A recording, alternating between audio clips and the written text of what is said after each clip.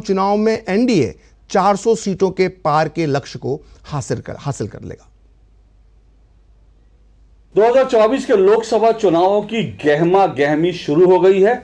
एक तरफ बीजेपी है, बीजेपी के साथ एनडीए है जो कह रहे हैं कि इस बार अब की बार 400 पार। दूसरी तरफ इंडिया अलायंस है जो बीजेपी के सामने अलग अलग तरह की चुनौतियां खड़े कर रहे हैं। इस सब में इन चुनाव में भी एक बार फिर से फोकस जो है उत्तर प्रदेश पर रहेगा, जहां से 80 लोकसभा सीटें हैं।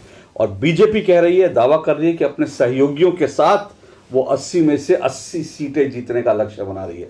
बीजेपी के एक बड़े ट्रस्टेड सहयोगी जो हैं वो निषाद पार्टी है उत्तर प्रदेश में, और निषाद पार्टी के अध्यक्ष और उत्तर प्रदेश के कैबिनेट मंत्री संजय निषाद जी हमारे साथ हैं। बहुत बहुत शुक्रिया संजय निषाद जी, डीडी न्यूज से बातचीत करने। बहुत बधाई आपकी टीम को और चैनल को, डीडी न्यूज को। संजय निषाद जी, ये बताइए कि अब की बार कितना पार है उत्तर प्रदेश में? पहले 330 था, लेकिन मोदी जी ने जब शुरू किया निकलना तो अब 400 पार एनडीए सरकार।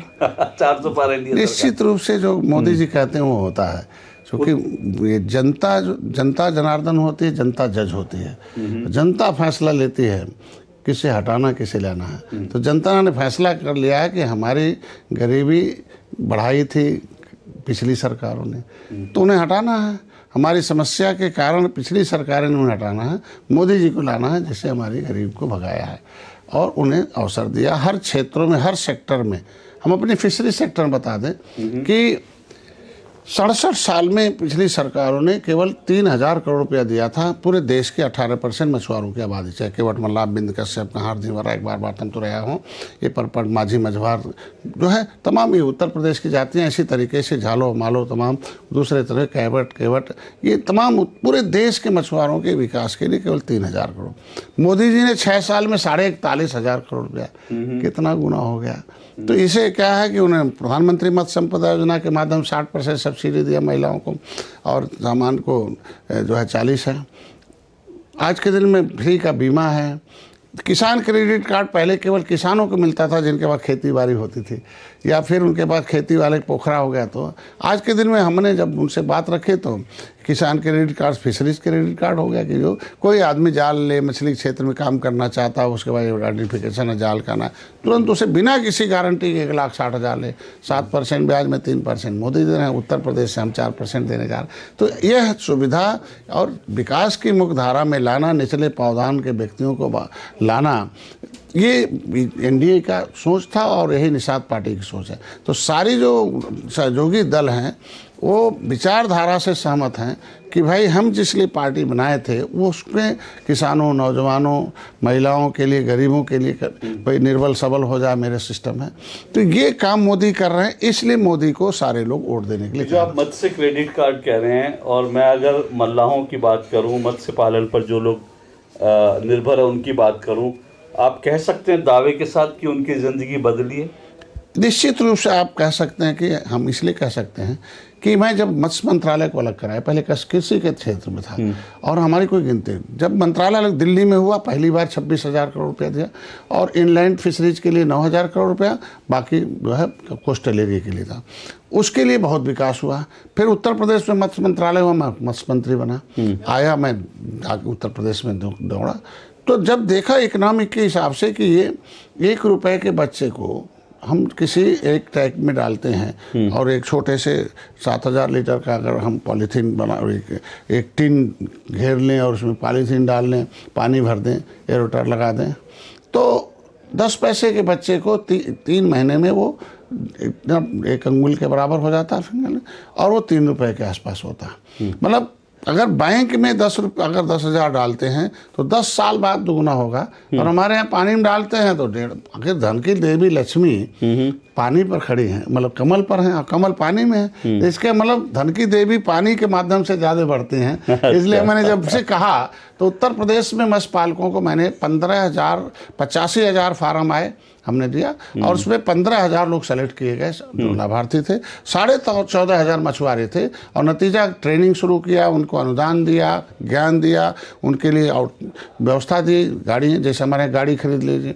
हमारे यहाँ मत्स्य पालन में बीज उत्पादन के लिए हिचरीज है, उसको बीज को बढ़ाने के लिए रियरिंग यूनिट है, बीज बैंक है, फिर उसके बाद ट्रांसपोर्टेशन के लिए हमारी गाड़ी है। तो गाड़ी कोई खरीद ले 20 लाख का 12 लाख सब्सिडी है। मैंने मिल बनाया सीड्स की 2 करोड़ की, 1 करोड़ 20 लाख है, 1 करोड़ की है तो 60 लाख सब्सिडी। इस तरीके से सब्सिडी देकर उनको आगे किया।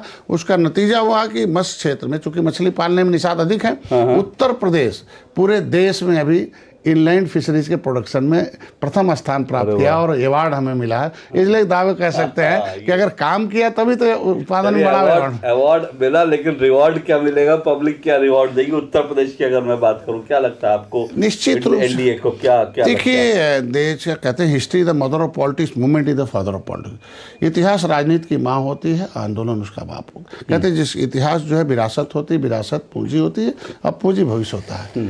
एक निषाद राज का किला इलाहाबाद में जो 13 जनवरी 2013 को मैंने वहाँ जाकर देखा, तो संकल्प संन्यास लिया अपने वैभवशाली जीवन से और संकल्प लिया कि कभी त्रेता में भगवान राम वहाँ आए थे, रात्रि विश्राम किया, सेना दिया निषाद राज ने, रावण राज खत्म किया। 14 बरस बाद जब भगवान राम आए वापस अयोध्या लौटकर, तो राज्याभिषेक में अपने पहले एक मित्र खाली निषाद राज को बुलाए। तो आज उस किले को पर्यटक का स्थल घोषित, 56 फुट की बड़ी मूर्ति, करोड़ 20 करोड़ 38 लाख का ऑडिटोरियम है, फिर 65 करोड़ का फिर सांस्कृतिक भवन, और भगवान राम के साथ मंदिर में निषाद राज का भी मूर्ति लगना हमारे लिए सौभाग्य। और एक निषाद के घर में देखिए कितनी, मतलब जिस समाज, जिस व्यवस्था, जिस गरीब या किसी भी क्षेत्र में प्रधानमंत्री अशिष्ट नेतृत्व चिंतन कर ले तो उसकी चिंता दूर हो जाती है समाज का। एक गरीब मछुआरे के घर जाकर चाय पीना मोदी का, उसका प्रधानमंत्री आवास मिला तो घर है, उसके बाद उज्ज्वला गैस में मिला, फिर इलाज नहीं था तुरंत उसको आयुष्मान भारत कार्ड। मतलब आज हमारे यहाँ मुख्यमंत्री संपदा योजना, निषाद राज बोर्ड योजना, मछुआ कल्याण कोष की अभी स्थापना की है, अब इस बार लागू हो जाएगा। लेकिन राहुल गांधी तो ये कहते हैं कि भाई राम मंदिर का जब उद्घाटन हुआ तो वहाँ पे कोई गरीब, कोई आदिवासी, किसी को भी नहीं बुलाया, सब बड़े बड़े पूंजीपति थे, धनपति थे, जबकि मैंने सुना कि निषाद राज भी वहां पर आमंत्रित लिस्ट में। नहीं, मंदिर बनाया कौन? पहले तो देखा ना, जो राम का नाम लेने से घबराती थी सरकार कांग्रेस, कभी जाने से घबराती थी, नाम नहीं लिया, गए नहीं, राम का नाम लेने से एक वर्ग नाराज हो जाएगा। 70 साल बीत गया। मोदी को मैं बधाई इसलिए दूंगा कि नाम भी लिया राम का, दर्शन भी किया, संकल्प लिया कि मंदिर वहीं बनाएंगे और तारीख भी बताएंगे, अब बता दिया और गए, बनवाया भी, प्राण प्रतिष्ठा भी किया।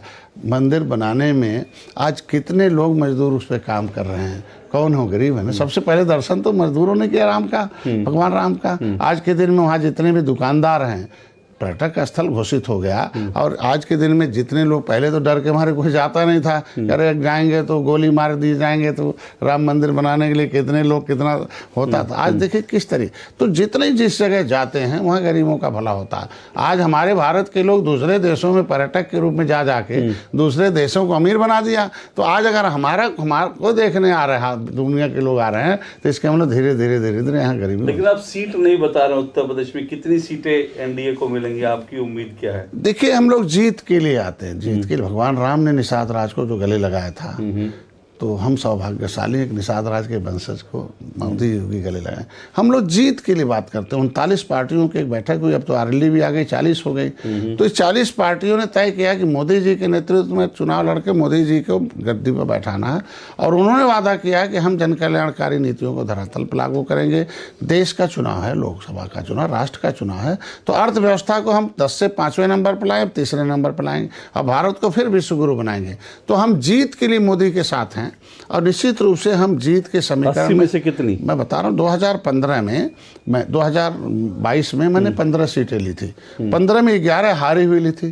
कभी भाजपा नहीं जीतती थी, लेकिन रणनीति निषाद पार्टी के कार्यकर्ता, भारतीय जनता पार्टी के कार्यकर्ता, उसमें 11 में से 9 जीते और उसमें से 2 ऐसी सीटें थी जिसमें हम 1,500 वोट से हारे हैं। मतलब वो भी एक ऐतिहासिक है।